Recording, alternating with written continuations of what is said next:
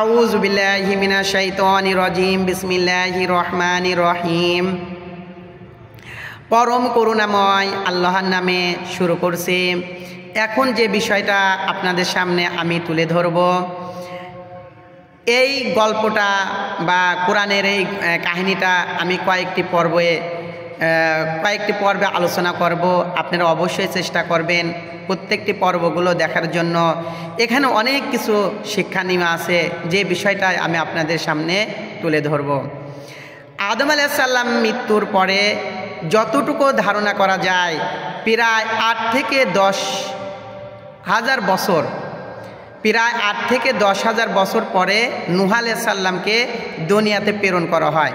তবে কত বছর এটা আমরা কেউই সঠিক বলতে পারি না, আল্লাহু আলাম, একমাত্র আল্লাহ ভালো জানেন।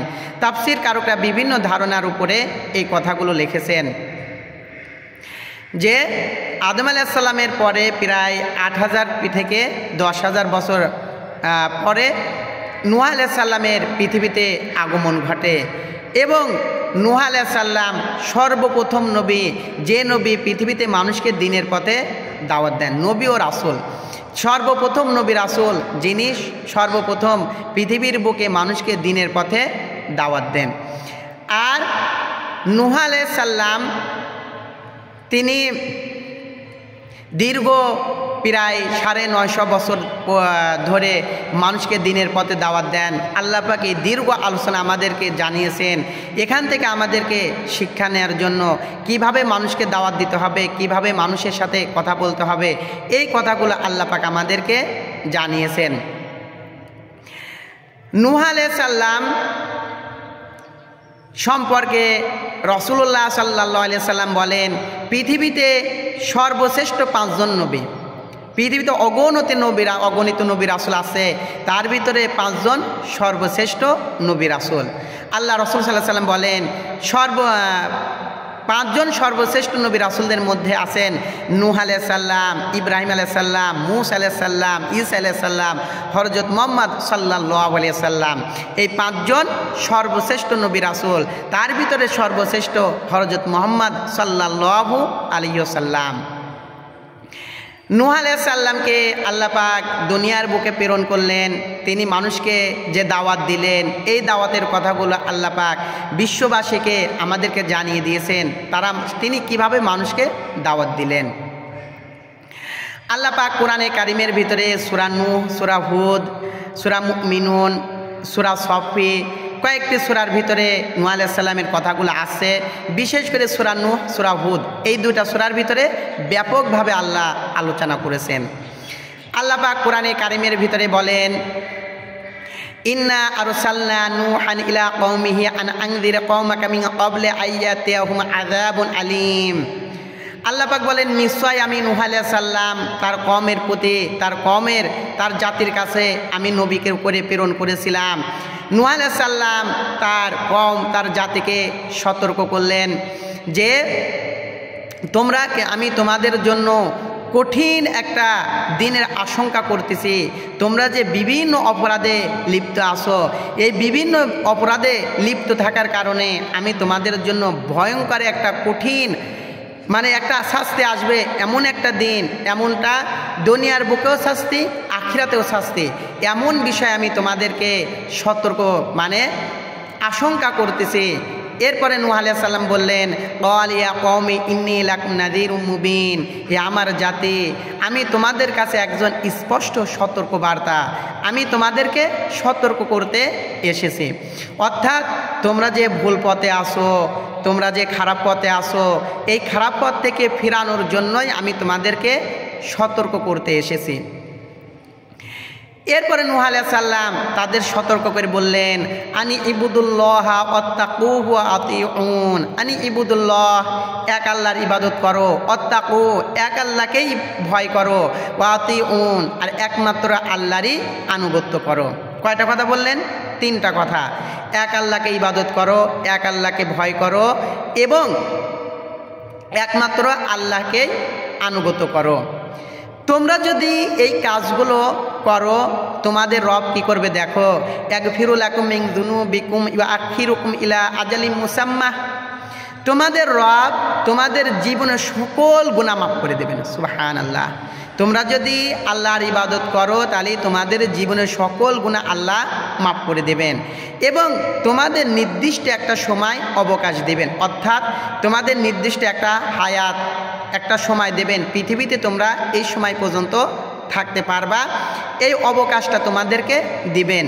ইন্না আজালাল্লাহি ইযা জাআ লা ইউআখখার লাউ কুনতুম তা'লামুন। এরপরে এ হায়াত যখন তোমাদের শেষ হয়ে যাবে তখন আল্লাহ পাক তোমাদেরকে মৃত্যু দেবেন। মৃত্যু সময় আসলে 1 মিনিট আগে পিছেও করা হবে না, একটু সময় আগে পিছু করা হবে না।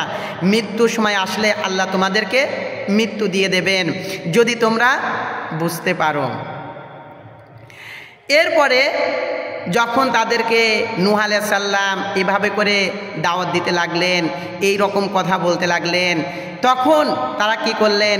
ক্বালা রব্বি ইন্নী দাআউতু কওমি লাইলাও ওয়া নাহারা। নূহ আলাইহিস সালাম বললেন, হে আমার রব, আমি আমার কওম, আমার জাতিকে রাত দিন সমানে আমি দাওয়াত দিয়েছি। কিভাবে দাওয়াত দিয়েছি? রাতে দিনে সমানে আমি তাদেরকে দাওয়াত দিয়েছি, কিন্তু আমি যে তাদেরকে রাত দিন সমানে দাওয়াত দিয়েছি, ফালাম ইয়াজিদহুম দুআই ইল্লা ফিরারা, কিন্তু আমার এই দাওয়াত তাদের পালনে বৃদ্ধি করেছে। তার মানে কি? যখনই আমি দাওয়াত দিই, আমি তাদের সামনে যাই, তখনই কি করে? আমাকে দেখলেই তারা পালিয়ে বেড়ায়, আমাকে দেখলেই তারা পালিয়ে যায়। এই কথাগুলো বলতে লাগলেন। এরপরে আল্লাহ পাক বললেন যে নূহ আলাইহিস সালাম তাদের দিন রাত দাওয়াত দিতে লাগলেন। দাওয়াত দেওয়ার পরে তারা কি করলেন? পালাতে বাধ্য, মানে বৃদ্ধি করলেন। নূহ আলাইহিস সালামকে দেখলেই তারা পালিয়ে বেড়ায়। এবার নূহ আলাইহিস সালাম বলেন, ওয়া ইন্নী কুল্লামা দাআউতুহুম লিতাগফিরা লাহুম জাআলু আসাবিআহুম ফি আযান ওয়াস্তাগশু থিয়াবাহুম আসারু আস্তাকবারু ইস্তাকবারা। হে আমার রব, যখনই আমি আমার কওম, আমার জাতিকে আমি বলি যে তোমরা তোমার রবের দিকে ফিরে আসো, এক আল্লাহর দিকে ফিরে আসো, তোমাদের রব তোমাদেরকে ক্ষমা করবে, আমার এই কথা শুনলেই তারা কানে আঙ্গুল দেয়। আমার এই কথা শুনলেই তারা কানে আঙ্গুল দেয়, আমাকে দেখলেই তারা মুখে কাপড় দেয়। তার মানে আমাকে কতটা ঘৃণা করে যে আমাকে দেখলেই তারা মুখে কাপড় দেয়। চিন্তা করেন, একজন নবী, সর্বশ্রেষ্ঠ নবীদের অন্তর্ভুক্ত যিনি, তাকে দেখে কি করে? মানুষ মুখে কাপড় দিচ্ছে, তাকে দেখলে, তার কথা শুনলে কানে আঙ্গুল দিছে। কতটা ঘৃণা করতেছিল তাকে, আর তিনি কতটা ধৈর্যের সাথে দাওয়াত দিতে লাগলেন। আর বলতেছেন, যখন আমার কমকে আমি বলি যে তোমরা তোমাদের রবের দিক ফিরে আসো, তিনি তোমাদের ক্ষমা করবেন, তারা কি করতো? কানে আঙ্গুল দিত, মুখে কাপড় দিছে, জেদ করেছে এবং অহংকার প্রদর্শন করেছে। সুম্মা ইন্নী দাআউতুহুম জিহারা, আমি তাদেরকে প্রকাশ্যভাবে দাওয়াত দিয়েছি। সুম্মা ইন্নী আলানতু আসরারতু লাহুম ইসরারা, আর আমি তাদেরকে চুপি চুপি ঘোষণা সহকারেও দাওয়াত দিয়েছি। প্রকাশ্যভাবে দাওয়াত দিয়েছি, চুপি চুপি ঘোষণা সহকারেও দাওয়াত দিয়েছি।